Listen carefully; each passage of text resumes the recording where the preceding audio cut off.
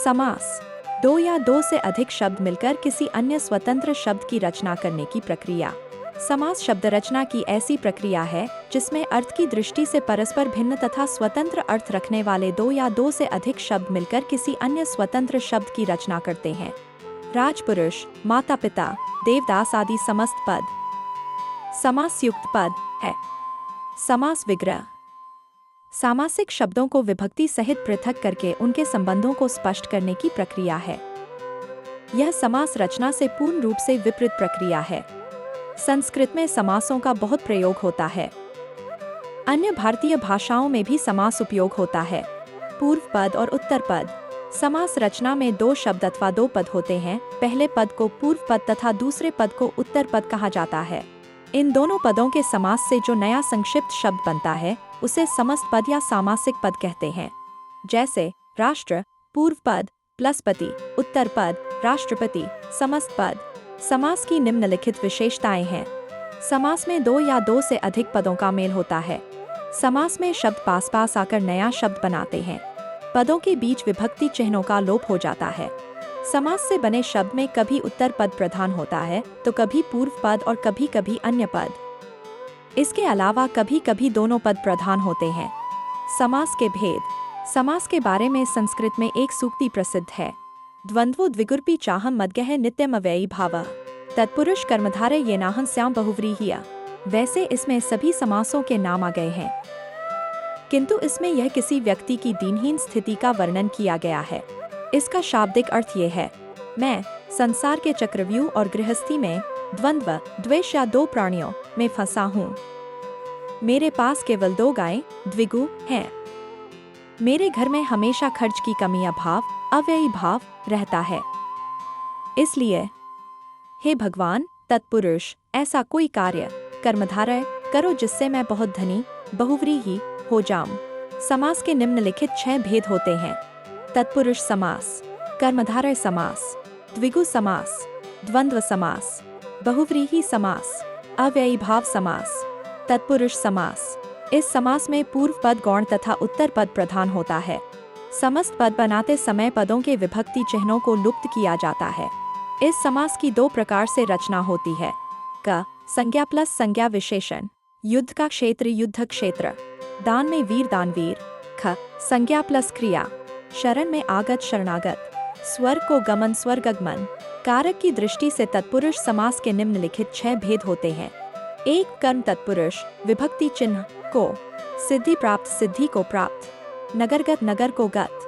2 करण तत्पुरुष, विभक्ति चिन्ह से के द्वारा, हस्तलिखित हाथों से लिखित, तुलसीर्चित तुलसी के द्वारा रचित।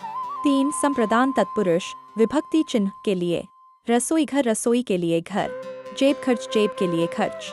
4 अपादान तत्पुरुष, विभक्ति चिन्ह से अलग होने का भाव, पद भ्रष्ट पद से भ्रष्ट, देश निकाला देश से निकाला। 5 संबंध तत्पुरुष, विभक्ति चिन्ह का के की, राजपुत्र राजा का पुत्र, घुड़दौड़ घोड़ों की दौड़। 6 अधिकरण तत्पुरुष, विभक्ति चिन्ह में पर, आप बीती आप पर बीती, विश्व प्रसिद्ध विश्व में प्रसिद्ध। यद्यपि तत्पुरुष समास के अधिकांश विग्रहों में कोई विभक्ति चिन्ह अवश्य आता है, परंतु तत्पुरुष समास के कुछ उदाहरण ऐसे भी हैं जिनके विग्रहों में विभक्ति चिन्ह का प्रयोग नहीं किया जाता। संस्कृत में इस भेद को नम तत्पुरुष कहा जाता है। जैसे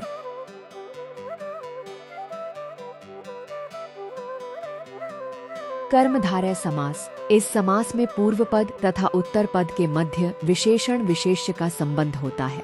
पूर्व पद गौण तथा उत्तर पद प्रधान होता है।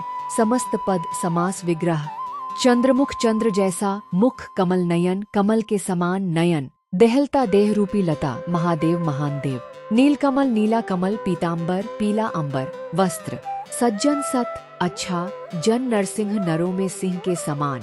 द्विगु समास। यह कर्मधारय समास का उपभेद होता है। इस समास का पूर्व पद संख्यावाचक विशेषण होता है तथा समस्त पद किसी समूह को बोध होता है। समस्त पद और इनका समास विग्रह, नवग्रह 9 ग्रहों का समूह, दोपहर 2 पहरों का समाहार, त्रिलोक 3 लोकों का समाहार, चौमासा 4 मासों का समूह, नवरात्र 9 रात्रियों का समूह, शताब्दी 100 अब्दों वर्षों का समूह, अठन्नी 8 आनों का समूह, त्रयंबकेश्वर, 3 लोकों का ईश्वर। द्वंद्व समास। द्वंद्व का शाब्दिक अर्थ युग्म या जोड़ा होता है। इस समास के दोनों पद प्रधान होते हैं एवं एक दूसरे के विलोम होते हैं तथा विग्रह करने पर योजक या समुच्चय बोधक शब्दों का प्रयोग होता है, जैसे माता पिता, भाई बहन, राजा रानी, दुख सुख, दिन रात, राजा प्रजा।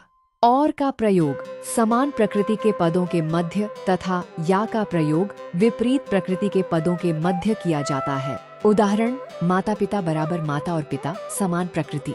गाय भैंस बराबर गाय और भैंस, समान प्रकृति। धर्माधर्म बराबर धर्म या अधर्म, विपरीत प्रकृति। सुरासुर बराबर सुर या असुर, विपरीत प्रकृति। द्वंद्व समास के 3 भेद होते हैं। 1. इतरेतर द्वंद्व। 2. समाहार द्वंद्व। 3. वैकल्पिक द्वंद्व। बहुव्रीहि समास। जिस समास के दोनों पद अप्रधान हों और समस्त पद के अर्थ के अतिरिक्त कोई सांकेतिक अर्थ प्रधान हो, उसे बहुव्रीहि समास कहते हैं। जैसे समस्त पद समास विग्रह। दशानन, दश है आनन, मुख, जिसके अर्थात रावण। नीलकंठ, नीला है कंठ, जिसका अर्थात शिव। सुलोचना, सुंदर है लोचन, जिसके अर्थात मेघनाद की पत्नी। पीतांबर, पीला है अंबर, वस्त्र, जिसका अर्थात श्री कृष्ण। लंबोदर, लंबा है उदर, पेट, जिसका अर्थात गणेश जी। दुरात्मा, बुरी आत्मा वाला, दुष्ट।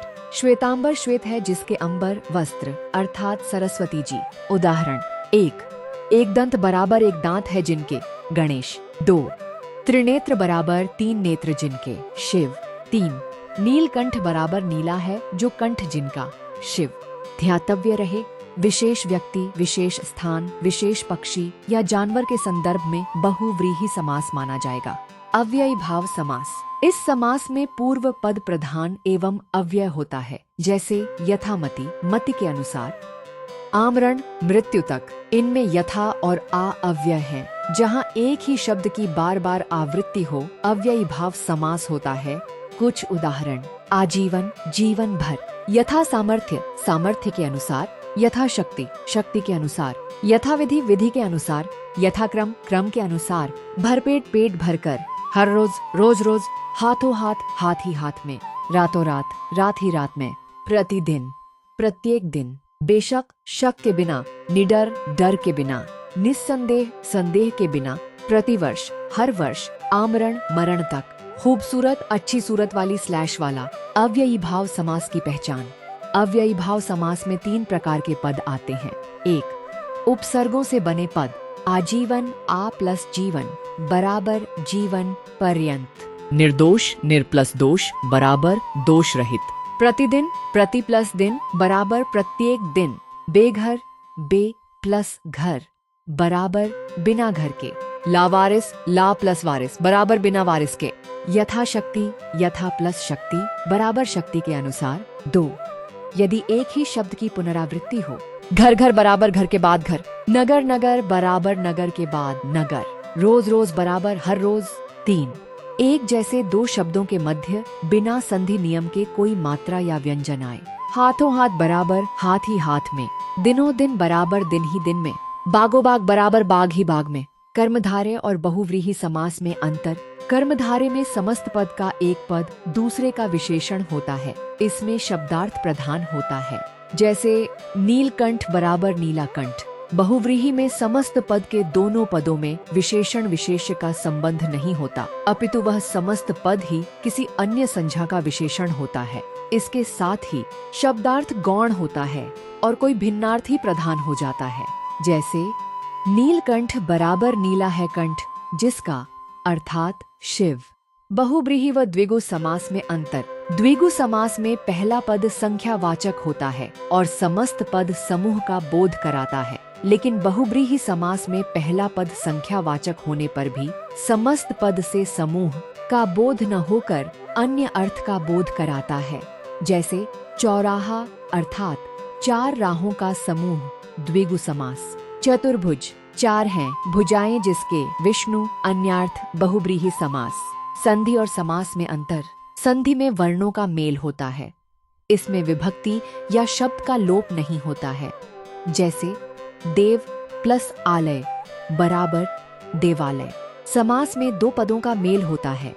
समास होने पर विभक्ति या शब्दों का लोप भी हो जाता है। जैसे विद्यालय बराबर विद्या के लिए आलय।